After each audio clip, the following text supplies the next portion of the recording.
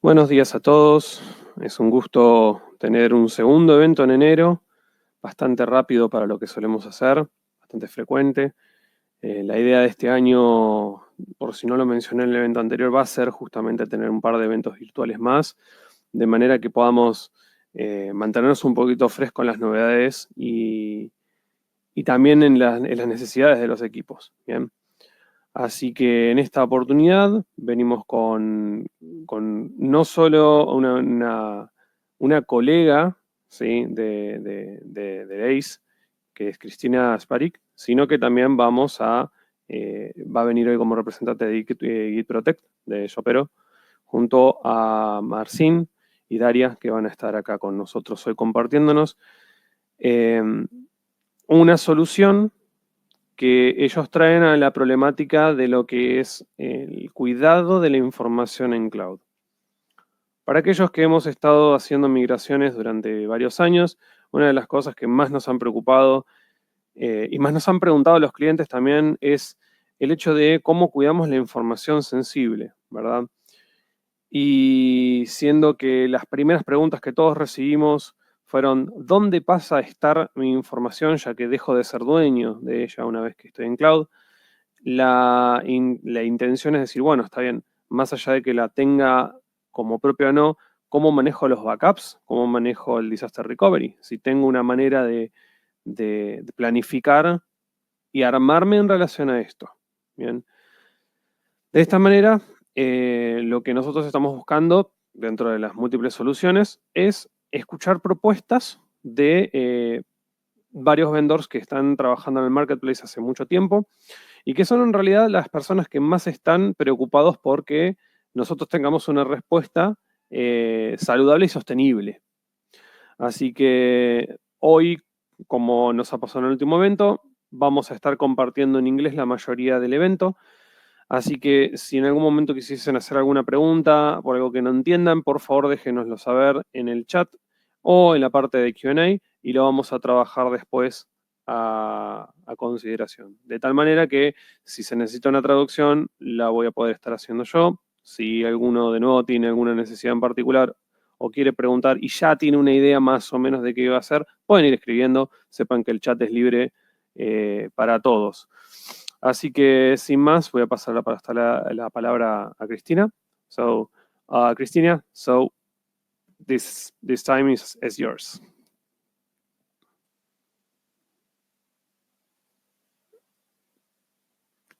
You're muted, by the way. Yeah, sorry. Thank you for the introduction. Do you see my screen? Yep. Yeah, okay, good. Okay, so thanks, Andreas. My name is Christina. I'm a partner manager at Git Protect, and today I have my colleague Marcin with me. He's our client success manager. He's my technical buddy.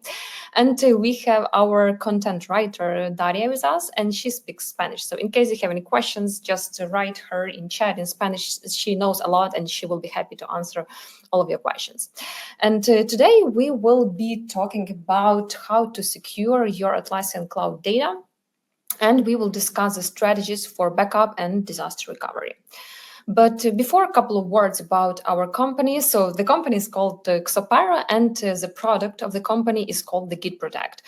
Overall, the company is on the market for more than 15 years, and we are a cybersecurity company. And Git Protect was released as a product around 2 years ago, and we believe that we are the world's most trusted DevOps, Jira and Jira backup and disaster recovery provider, because in those 2 years we have protected more than 1 million of devices, and we have a lot of satisfied customers all over the world in different countries. Just to visualize everything I have told, so Xopara as a company protects a lot of endpoints, virtual machines, databases, servers, and SaaS platforms. And when we talk about Git Protect as a product, we are DevOps platform for protecting GitHub, GitLab, Azure DevOps, Jira, Bitbucket, and a few more products are coming, and the next one will be Confluence. So overall, we have customers among Fortune 500, and our final customers are those who are representing those highly regulated industries, and we are getting a higher rating from Capterra, for example. So overall, we are doing good. We are the vendor which has both SOC 2 Type 2 compliance and ISO 27001, and we also have GDPR. But today we are at Atlassian community event, and of course we will focus mostly on Atlassian products like Jira and Bitbucket, and mostly on Jira. And when we talk about Jira, we can protect your Jira and Jira Service Management, and this is a list of everything we can protect in those among those products. So let's start with the topic. Why do we talk about that? Like, why right now the data protection in Atlassian Cloud is like kind of a hot topic? Because as we know, Atlassian is moving from data center to cloud, and when your data is stored in the cloud, this is the responsibility of you, not of the service provider. So in some way Atlassian saves your data, but it's not in the way you will be easily able to restore it. And if you talk about data protection, you talk about the protection of your business overall. And in case something happens, you will keep spending your time effectively. You won't spend your time on some stressful challenges like data loss. And there is a couple of reasons also for that. First of all, the share responsibility model, which is introduced by Atlassian, and not only by Atlassian, by a lot of SaaS platforms.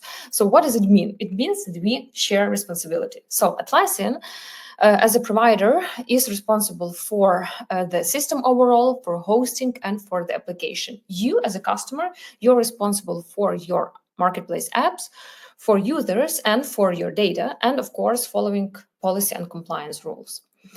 So this is a screenshot from the Atlassian share responsibility model. And if you take a look at your role, you will see that you're responsible for setting up your Atlassian products to reflect the information accessibility that fits your needs, and you are responsible for creating the backup of your data.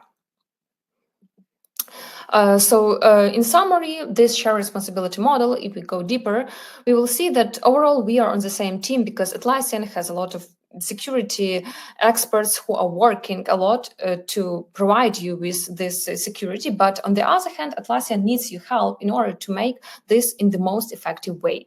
And when we talk about the Atlassian's approach to resilience, Atlassian can provide you with backups, but those backups are not used to revert the customer-initiated destructive changes. And those changes, they include, for example, fields overwriting using scripts, deleted issues, projects, or sites. And in order to avoid that, Atlassian recommends you to take a regular backup of your data.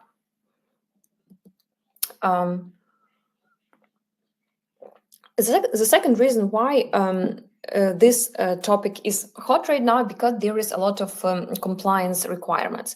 And one of them is DORA. I know that you guys are not in that part of the world, because DORA is mostly about Europe, but I wanted to point it out because it enters into force tomorrow. So starting from tomorrow, all those financial institutions like financial entities, banks, investment firms, insurance companies, and financial service providers will be obliged to back up their data, and that's like a rule in European Union. So they will have to make the backup of their critical data on regular basis because of DORA. So again, the question is, do we really need to back up our Jira data? And the answer to this question is definitely yes, because there is a lot of threats in the world. Let's start, just go through all of them. Of course, external threats like ransomware attacks, yes, they exist, and we will talk about them in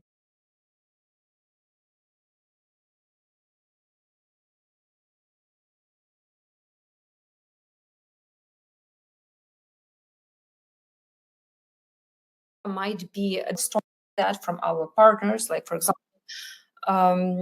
example, you hire a new person and this person by accident deleted number of your Jira projects and it doesn't end up good for you. Also, in this presentation, we will take a look at AI as a threat, even though we really appreciated AI. I think that's like the achievement of human beings, but still we will take a look at this from the different angle. Also, natural disaster. I know that it sounds right now a bit not understandable because it doesn't happen much, but actually it happens. Like, I will try to send you this presentation with all the links, and we've got the article where the case of the company, which is called OVH Cloud, is described, and this company was destroyed by a fire a couple of years ago. It was in 2021, and they were destroyed. Also, your service can go down, and in our case, we will be talking about Atlassian in the next couple of slides, and also legal and compliance as a threat. For me, it doesn't sound like a threat, but it's something you have to do. So that's also here. So talking about the legal and compliance, if any of your customers is looking for obtaining any of those certifications like SOC 2 Type 2 or ISO, they will have to make the regular backups of their critical data, and also they will have to test their recovery procedures according to those rules. So talking about the service which might go down, we will talk about Atlassian, of course.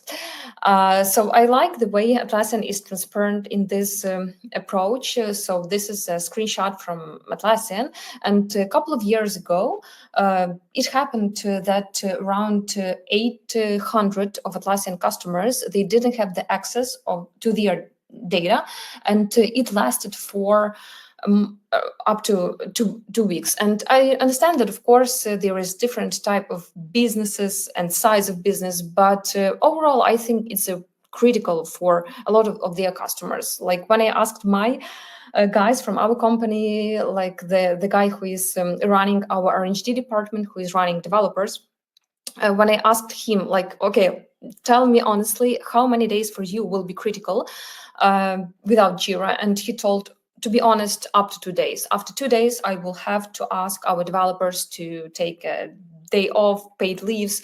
And now the question is how much it will be worse for your company to paying those developers not getting a job.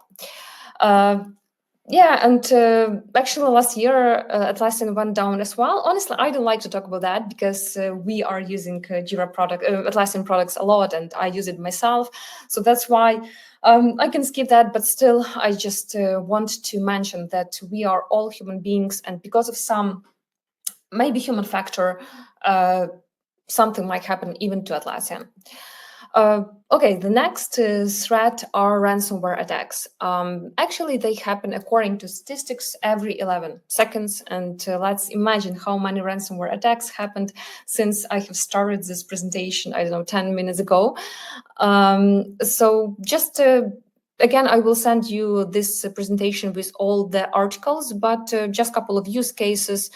The hacker managed to steal configuration files and sources code for Jira and Confluence recently, and we also found this use case from Cisco, which confirms that they have the threat actor who tried to get their data, and they had data breach. In particular, he obtained GitHub, Jira tickets, API tokens, and much, much more. So it means that those ransomware attacks happens on Atlassian products as well.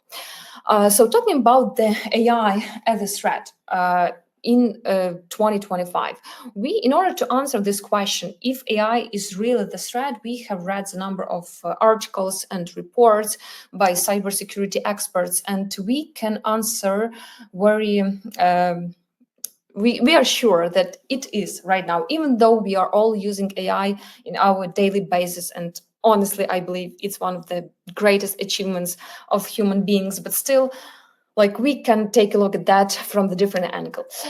So right now, those because of AI, those ransomware attacks, they might be automated. And like right now, you don't have to be Fortune 500 company in order to be attacked. Because of AI, you can have or run just some kind of mid-sized business and to be attacked, because a lot of experts, they expect the entire pipeline of those cybersecurity attacks, which might be used with AI.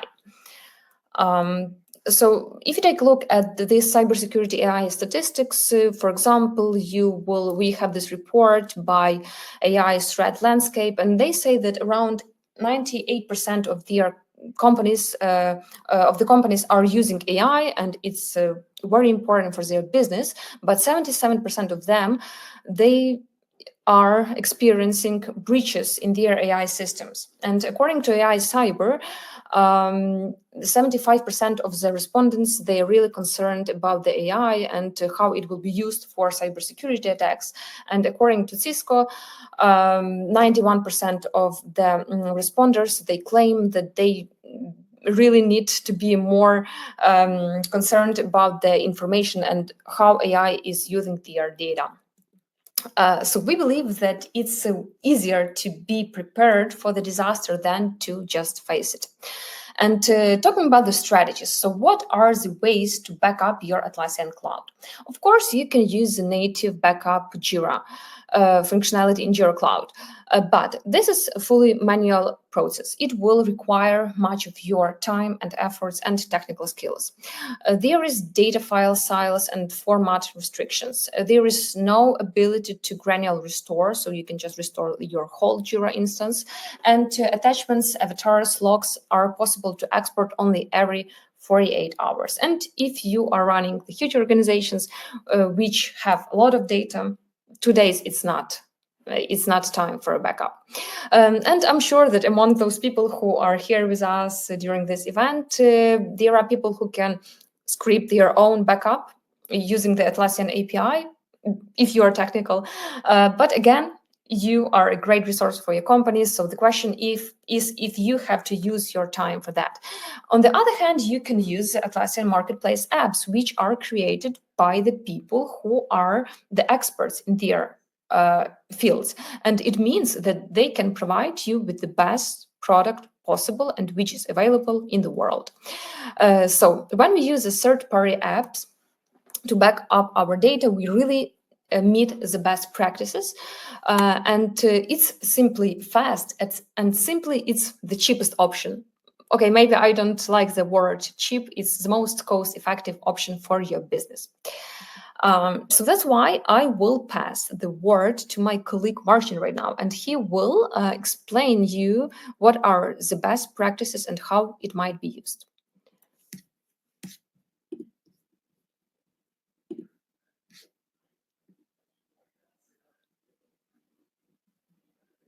Thank you very much, Christina.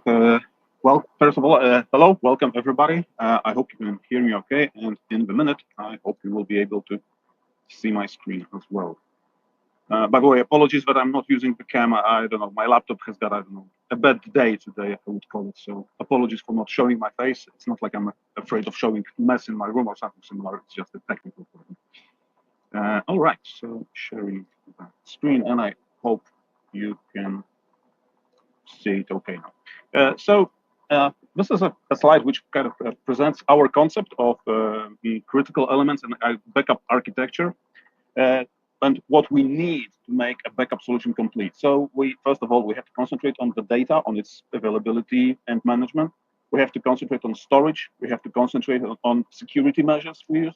Then flexibility in running both backups and restore jobs. So those are elements which kind of pile one on top of the other. That's why I call it spherical security. So this is, like I said, our concept of how the solution should look like. And right now, let's go through those critical elements, and let's go much more in detail through each and every one. So the first pillar of data is definitely the first pillar of backup. Sorry, it is absolutely your data. So with Jira, we are giving you a full data coverage. So all of those things which are listed on the screen, like projects, issues, roles, and so on, I'm not going to read it. They are secure. What matters is definitely recommendation is cover all of your data. Of course, some of the data you are using very much on a daily basis. You are using it more frequently. Some of the data might not be as much is daily required, but there might be a moment because of any historical purposes, because of any, I don't know, audit, any kind of documentation checks, you might find yourself in a situation that there is a piece of information which you require, but it is missing, and it is good to have it still in the backup. Then we are coming to the question that maybe, potentially, you can decide on a little bit of data segregation. So we can decide, okay, this is my part of data which is not as frequently used. I can have a different backup policy for that. This is the data I use very frequently. This is my daily work now. This is something which I have to secure and protect with greater care. So I can specify a much more robust, much more frequent backup strategy for that. So that's the first thing to consider. So the data we want to secure. Then we are coming to the second pillar of backup strategy, which is storage and retention. Okay, we've decided what we want to backup right now. We have to concentrate on where we are going to store this information and for how long and in what kind of quantity, let's call it. So when it comes to a good solution, it should provide you with a customized, typically policy-based Jira backup. So you can set up a different range of schedules, automatic jobs which will run on their own without your manual intervention, which will pick the correct set of data, make a backup of it, transfer it to the desired backup location, and then this data will be stored for the required length of time. So in our case, for example, we are offering, and I think we're the only provider on the market right now that offers you unlimited retention. So it does not necessarily have to be just 30 or 365 days. You can go way beyond that limit. And also, sometimes it might be the case that you are facing a limit because of some legal or compliance regulations. But, for example, as Christina mentioned, we've got right now in European Union, we've got a number of regulations coming into place, coming into force, which will require you to keep your historical data for maybe 2, maybe 3, maybe 5 years even. So this is something also worth considering when you create your backup strategy. Plus additional mechanism which can make your life a bit easier and make your backups definitely much more efficient. So all kinds of algorithm mechanisms for speeding up your backup, like using compression, using task balancing, using some kind of perhaps bandwidth limitations. So these are the things which can make your backup strategy, like I said, more efficient. So, okay, we know what we want to protect. We know for how long. Right now, we've got a question.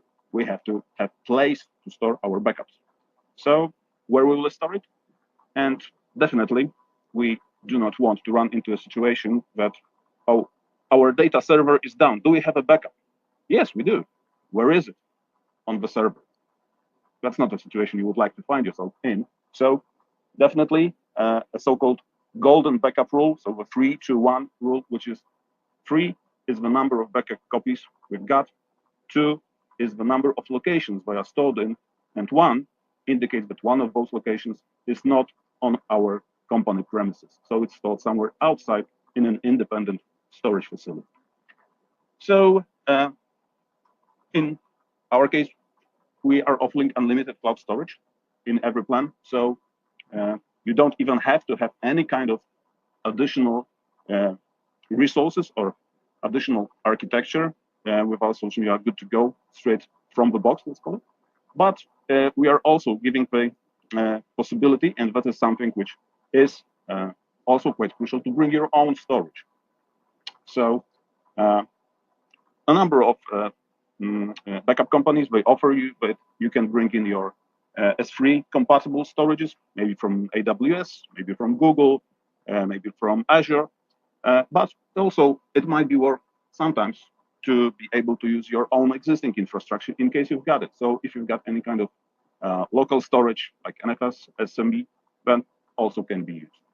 And last element of making the 3-to-1 rule a reality is to have an automated, again, to take the burden off your shoulder, an automated so-called replication policy. So a job which does not involve reaching out to your resources, to your Jira instance or Bitbucket or any of Git repositories, but it's more of a simple copy and paste or cloning process between different storage locations.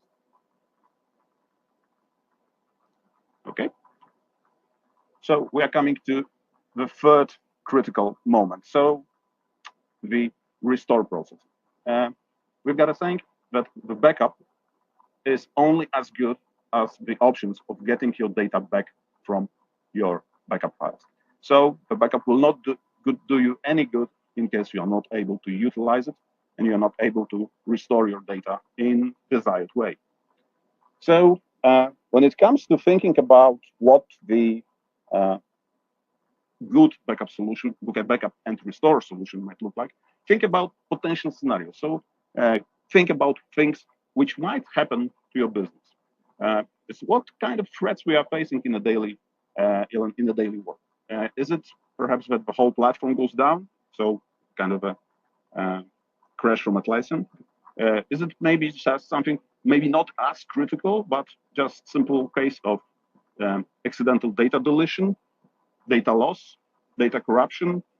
So then once you come up with the feasible scenarios, with the things which you think are the most probable to happen to you, think about how you can mitigate them. Do I restore the data to perhaps a new system? Do I prefer to restore it in the existing environment? Do I want to restore it as a whole, so run a bit of a disaster recovery? Or perhaps the more everyday scenario, which is the simple data deletion, and I want to restore just selected pieces of it. So think, come to the conclusion, which are the things which might happen to you, prepare a mitigation plan for that. And once you've got all that in place, the very valid remark, test it. Test it, see for yourself, does it work?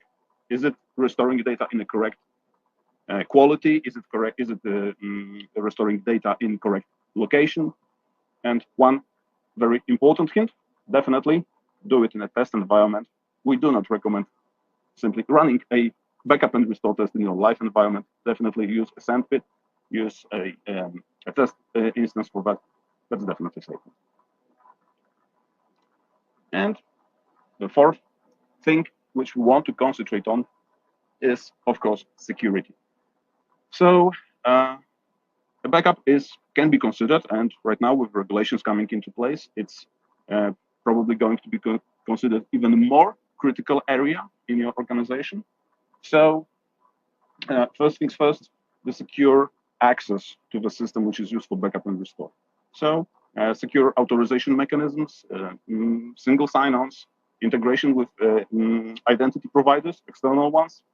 That's definitely something recommended. Of course, encryption with possibility of bringing in your own key and possibility of selecting the right level of encryption. So not necessarily being forced to use just 128 or 2056, possibility to choose from the level which fits your needs. Also, one thing to use is to make sure that your backup files are safe, even if it is compromised. Sometimes it might be the case that it might be easier for, let's call it a data hijacker, to get a hold of your actual backup files, for example, stored somewhere externally, rather than to break into your company's headquarters, into your company's infrastructure, to get the data out of your backups rather than from the infrastructure itself. Make sure that the data, even if it's not encrypted, for example, but it is kind of ransomware protected, that it is stored in the best case unreadable and unexecutable, format. So that means that even if, let's call it data hijacker, gets a hold of your backups, he's got all of your files, but still without a proper agent, without a proper worker, he is not able to decrypt them, they are simply useless for him because he cannot get a hold of the actual content. And last but not least, of course, the monitoring, all kinds of automatic reporting on the state of your backup, live notifications whenever a backup job is performed, if it is a successful one, if it's had any kind of failures, any kind of warnings, that things you should be getting automatically from the Git solution. And a little bit of attention to that. So in case you are the person responsible for running backups in your company, you definitely would like to have a clear management center, a control over who has access, who has possibility to perform certain actions in your system, to have automatic audit logs, monitoring, tracking, and so on and so forth. So definitely also good thing to have at your hands with backup solution. So let's call it in order to kind of summarize it. So once we've got our organization added to the backup solution, we decide which data we want to protect, how frequently, in what granularity. We schedule the backups, they perform, we monitor the results. Once they are in place, we are recovery ready, we test the recovery, and then we prepare any kind of scenarios which we would like to be ready for. And then some of the most common ones, as you can see here. So they can be either a disaster recovery or just granular restore. We can select a point-in-time restore so that we know that, for example, when something bad happened 2 days ago, we want to restore our system from 3 days ago because this is the last viable, last fully operational system setup which we have got in place. And also options to restore either to the same account or to the new account from the same provider, or sometimes also valid to restore it from the cloud solution to the device or on-premise organization. So those are the, let's call it, key elements which we would like to recommend. Okay, so the things we went through, these are, let's call it, more theoretical. And if you would like to see, we can show you how those elements are reflected in our solution and what is available in Git Protect. So coming back to these crucial elements, these 4 pillars of backup strategy. So first things first, a flexible backup scenario. So as you can see, we can specify the frequency, the time when the backup is running. We can configure the retention. As you can see here, we are keeping the backups infinitely. So we are keeping it till the end of the world and 1 day longer. And we can create as many backup plans with different schedules, with different frequency to run to cover our critical elements. Then, of course, those additional backup plan configurations so that we can customize between running a full backup versus differential backups versus incremental backups, both for the speed of operations. So we know that definitely a differential or incremental backup will probably last much, much shorter than the full one. And of course, it will also save us quite a lot of disk space. Then those advanced backup options like encryption, compression, workload balance, these are the things present in here. We can decide, we can include them on every backup plan level. So definitely something which allows us to tailor our backup strategy to fit our reality and our business needs. The storages. So as you can see, the Zopro Cloud Storage, the one which is included in our solution. With Git Protect, you are getting unlimited disk space, so you don't have to worry about. In case you need your own storage, you can attach it as well. So in case we've got multiple storages, the replication, so automatic scheduling of transfer, of cloning, of carbon copying the data between different storage locations. Again, automatic process without need for manual intervention. And this is a basic element for meeting up and being compliant with the golden 3-2-1 rule.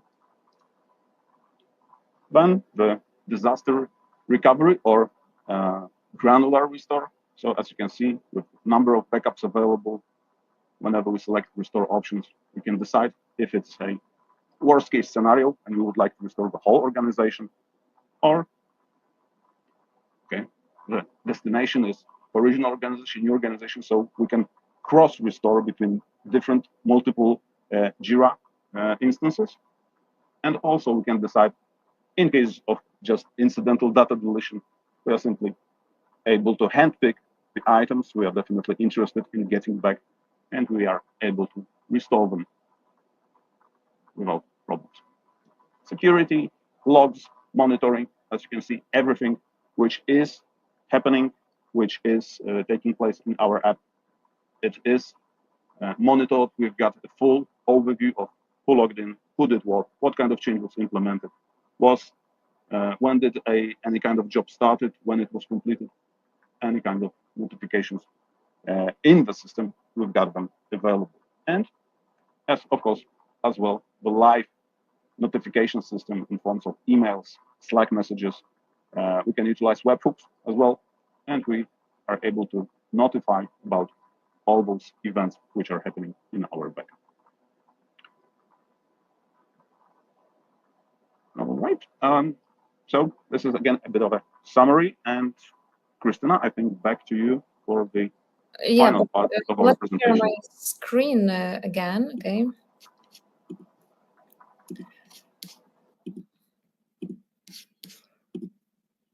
Okay. Yeah. So do you hear me, right? Perfectly. Yeah, okay. Yeah, so we are approaching the end of our presentation, and I just want to sum up everything Marcin have told. If you want to follow the best Jira backup and restore practices, you, for example, can use any kind of solution which is available on the marketplace, but in particular, you can use Git Protect. And using Git Protect, you will get the no-code implementation. So you don't need to hire additional people to use this solution. It's easy, it's understandable. Then you've got your backup schedules, and they are flexible, like the way you want it. You can get your full backup, you can get your incremental backup, just adding the new information. You don't have to check how backup is running every day, because you will get notifications via Slack or email. Also, you can provide additional admin accounts in order to run your backup. You can store your data in multiple storages in order to follow the 3-to-1 backup rule, and also information will be ready for your monitoring SLA report. And of course, you will have the opportunity to get the granular restore of your data, or the disaster recovery as well. And you will be able to cross-restore your Jira instance to the new account, to the old account, or even to your own device. And when we talk about the anti-ransomware protection, that's the real anti-ransomware protection, because your data will be encrypted by your own key, your data will be in unreadable format, and your data will be stored in immutable storage, which means you won't be able to change it. And summing up this whole talking about the importance and maybe even critical importance of protection your data in Atlassian Cloud, I will sum up it with explaining what is the real cost of the failure for your company. According to some kind of statistics, the average cost of recovering from ransomware attacks right now in the world are around 2.3 million. And the average downtime for a ransomware attack in enterprise sector, it can be even up to 12 days. And when we talk about the minutes, how much money you can lose per minute, it can be as high as 9,000 per minute.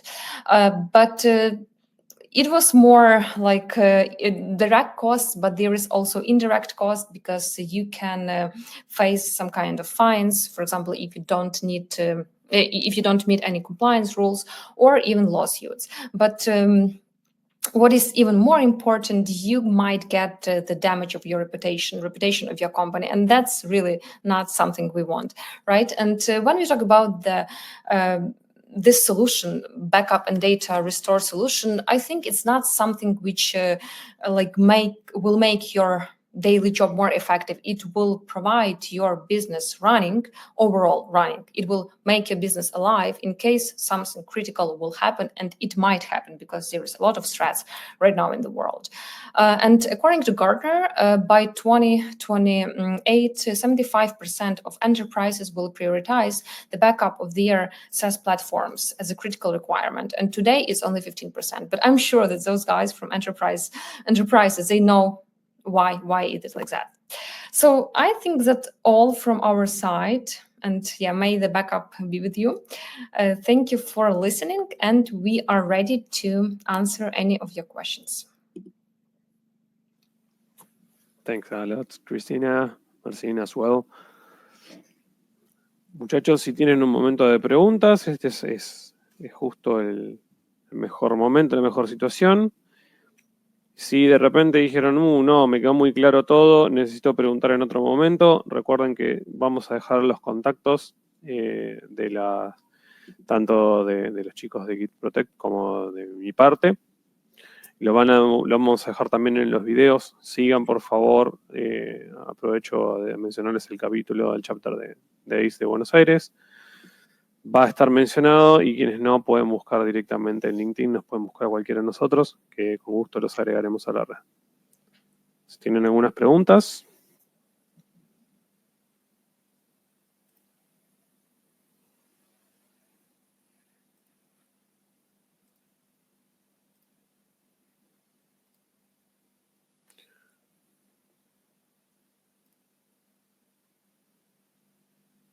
Bien. I think there are no questions for now.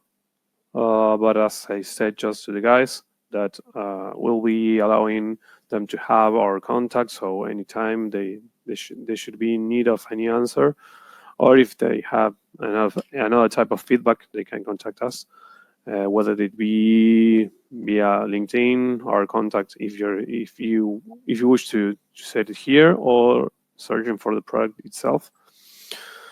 Yeah, absolutely. In case you have any questions, in case you want to deep dive, maybe to have a demo, we are very open to that. So just let us know any kind of communication. We are there for you. Yeah, of course. I think, speaking from my part, I think that like a use case would be great, at least to showcase a little of the possibility, because when we are speaking about reputation, it doesn't strike for many guys that didn't find themselves in these situations. But yeah, I have my fair share, and I know what you're meaning, and it's quite important, not just about the reputation itself, but the process we make whilst we try to back up our information and secure it.